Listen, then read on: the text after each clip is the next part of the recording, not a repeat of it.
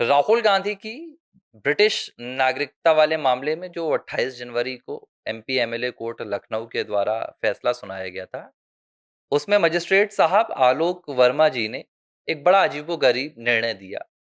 और निर्णय ऐसा दिया कि उन्होंने अपने आप को बैकफुट पर डाल दिया और उन्होंने कह दिया कि भाई, जिस मामले में मैंने 8 दिनों तक सुनवाई की, जिस मामले में मैंने 26 से 28 घंटे की बहस सुनी, अब पूरे मामले को सुनने के बाद मुझे यह पता चल रहा है कि यह मेरे अधिकार क्षेत्र में ही नहीं है कि मैं इसमें फैसला सुना सकूं या नहीं सुना सकूंगा।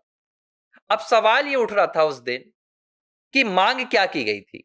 इस मामले के जो याचिकाकर्ता हैं विघ्नेश शिशिर, उन्होंने एक बहुत स्पष्ट और सीधी मांग की थी कि राहुल गांधी रायबरेली से कांग्रेस पार्टी के सांसद हैं और मैं ये जो सबूत पेश कर रहा हूं, ये उनकी भारतीय नागरिकता पर संदेह प्रकट करते हैं या सीधे तौर पर यह साबित करते हैं कि राहुल गांधी भारत के नागरिक नहीं है, क्योंकि राहुल के पास ब्रिटिश नागरिकता है। और चूंकि राहुल के पास ब्रिटिश नागरिकता है जिसके मैं सबूत पेश कर रहा हूं, तो राहुल की भारतीय नागरिकता अब उसे साबित करनी होगी। और जब पूरा संदेह यहां पर है, यहां पर पूरी क्रिमिनल प्रोसेसिंग सामने आ रही है, तो राहुल गांधी के खिलाफ कई धाराओं में मामला दर्ज किया जाए, एफआईआर दर्ज की जाए और फिर जो इससे संबंधित जांच होगी वो की जाए। ये सीधी सी कानून की पहली प्रोसेस होती है कि जब आपके खिलाफ अपराध आरोप साबित होने वाले रहते हैं या लगता है कि आपके खिलाफ अपराध साबित हो जाएंगे, तो आपके खिलाफ एफआईआर दर्ज कर फिर विधिवत तरीके से जांच होती है। लेकिन मजिस्ट्रेट साहब ने एफआईआर दर्ज करने से ही मना कर दिया था। इसके बाद सबसे बड़ा सवाल आया कि क्या मामले में कोई डील हुई है, क्योंकि विघ्नेश शिशिर ने बहुत ज्यादा यहां पर आरोप लगाए थे और उन्होंने सीधे तौर पर कहा था कि उन्हें यह पक्की खबर है कि जो राहुल गांधी का फैसला उस दिन लिखा गया था, वो आलोक वर्मा साहब ने नहीं लिखा, बल्कि किसी बेंगलुरु में बैठे हुए या दिल्ली में बैठे हुए कांग्रेस पार्टी के वकील के द्वारा ही फैसला लिखा गया। उन्होंने ये भी आरोप लगाए थे कि इस पूरे फैसले में जो सबूत मेरे द्वारा पेश किए गए, जो तथ्य मेरे द्वारा पेश किए गए, उनका कहीं भी कोई भी जिक्र उस पूरे फैसले पर नहीं है। पेनड्राइव में जो वीडियो सबमिट किए गए थे राहुल गांधी के विदेशी दौरों के, जहां पर वो अपना ब्रिटिश पासपोर्ट दिखाते हैं जैसा कि याचिकाकर्ता ने कहा था, उसका कोई जिक्र नहीं था। कुल मिलाकर विघ्नेश शिशिर को संदेह था कि कहीं ना कहीं मामले में डील हो गई है और निष्पक्ष फैसला नहीं है। उन्होंने खुद मेरे साथ बातचीत में कहा था, जो एबीसी हिंदी में आपने देखा भी होगा, कि यह फैसला ही गैर कानूनी है। अब इसमें जो सबसे नई अपडेट आई है वो ये है कि पूरे मामले को लेकर, उस फैसले को लेकर चुनौती दे दी गई है विघ्नेश शिशिर के द्वारा इलाहाबाद हाई कोर्ट में। यानी कि अब इलाहाबाद हाई कोर्ट में विघ्नेश शिशिर पक्ष रखेंगे कि किस तरह इस पूरे मामले में एफआईआर का जो निर्देश देना था वो नहीं दिया गया और जज साहब ने जो फैसला सुनाया है वो फैसला कानून सम्मत नहीं है।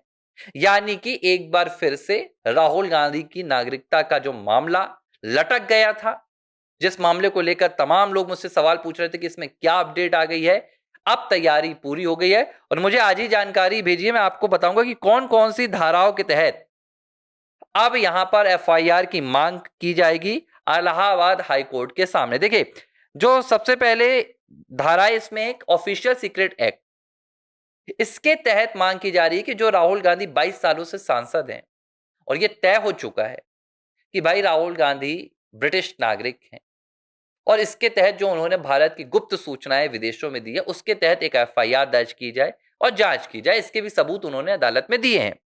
इसके अलावा जो तमाम धाराएं हैं वो बीएनएस की धाराएं लग रही, 318 है, 335 है, 340 है, 236 है, 237 है, 61, 148, 147, 152, 238, 336, 351 under section 356 of Official Secrets Act 1923 and under section 12 and 13 of Passport Act 1967 and under section 14B and 14C of Foreigners Act। ये तो 3 एक्ट लग रहे हैं सीधे तौर पर, passport act, official secret act और फॉरेनर्स एक्ट। इन 3 एक्ट के तहत हो रहा है, बीएनएस की धाराओं के तहत हो रहा है। यानी कि अगर राहुल के मामले में इलाहाबाद हाईकोर्ट संज्ञान ले लेता है, तो राहुल गांधी कहीं से नहीं बच पाएंगे। अब दो चीज है, एक जो मुझे लग रहा है, जितने मैंने मामले देखे हैं अब तक, उसमें ये होता है कि अदालत कह देती है कई बार कि ये तो ट्रायल का मामला है, हम इस पे एफआईआर के सीधे निर्देश नहीं दे सकते। अब जो ट्रायल है, यानी कि जो सुनवाई होना है, बहस होना है, वो निचली अदालत में हुई है, तो यहां आकर कहानी फंस सकती है कि इलाहाबाद हाईकोर्ट इसे कंसीडर करेगा या नहीं करेगा, क्योंकि वो सिर्फ ये देखेगा कि इस मामले में जज साहब को फैसला सुनाना चाहिए था कि नहीं सुनाना चाहिए था। लेकिन जो सबूत है वहां पर पेश किए गए हैं, मैंने खुद सबूत देखे हैं, मैंने खुद पूरी बहस देखी है, उसमें यह तय है कि एफआईआर के निर्देश तो दिए जा सकते हैं। और इलाहाबाद हाईकोर्ट पर ये जो बात जा रही है, जो फैसला जाएगा, वो क्यों महत्वपूर्ण हो जाता है, आप इस बात को समझिए। इलाहाबाद हाईकोर्ट में ऑलरेडी राहुल की नागरिकता को लेकर मामला चल रहा है। इस पूरे मामले में इलाहाबाद हाईकोर्ट ही वो पहली अदालत है जिसने भारत सरकार को फटकार लगाई थी, भारत सरकार को, गृह मंत्रालय को फटकार लगाई थी कि इतने संवेदनशील मामले पर आप अब तक कर क्या रहे हैं। बाकायदा इलाहाबाद हाईकोर्ट के गृह मंत्रालय को फटकार लगाने के बाद ही तमाम वहां से ब्रिटेन से बातचीत शुरू हुई थी, सबूत मंगाए गए, वहां से मेल्स मंगाए गए, तमाम ये फिर प्रोसेस आगे बढ़ी थी। वो वाला मामला भी वहां अटका ही हुआ है, अभी उसमें सुनवाई होनी बाकी है। दो मामले अलग हैं, इन दोनों मामलों को आप समझिए। जो इलाहाबाद हाईकोर्ट में पहले से मामला है, यह मामला सिर्फ इतना है कि क्या राहुल गांधी भारत के नागरिक हैं या नहीं है। ये जो याचिका लगाई गई थी, ये सिर्फ इतना कहती थी कि cancellation of Rahul Gandhi Indian citizenship as he is been declared, as he is been proven British citizenship, ठीक है, सिटीजन। तो ये अलग मामला है, ये इस बात का मामला है कि राहुल भारतीय नागरिक हैं या नहीं है।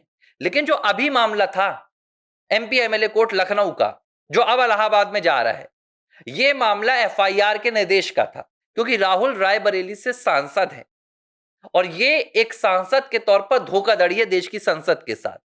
ये एक सांसद के तौर पर जालसाजी है कि आपने गलत वहां पर दस्तावेज प्रस्तुत किए, आपने संसद को धोखा दिया, आपने चुनाव आयोग को धोखा दिया।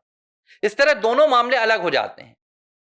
हां, यह बात वाकई में बहुत महत्वपूर्ण हो जाती है कि जो पहला मामला है वो संवेदनशील है।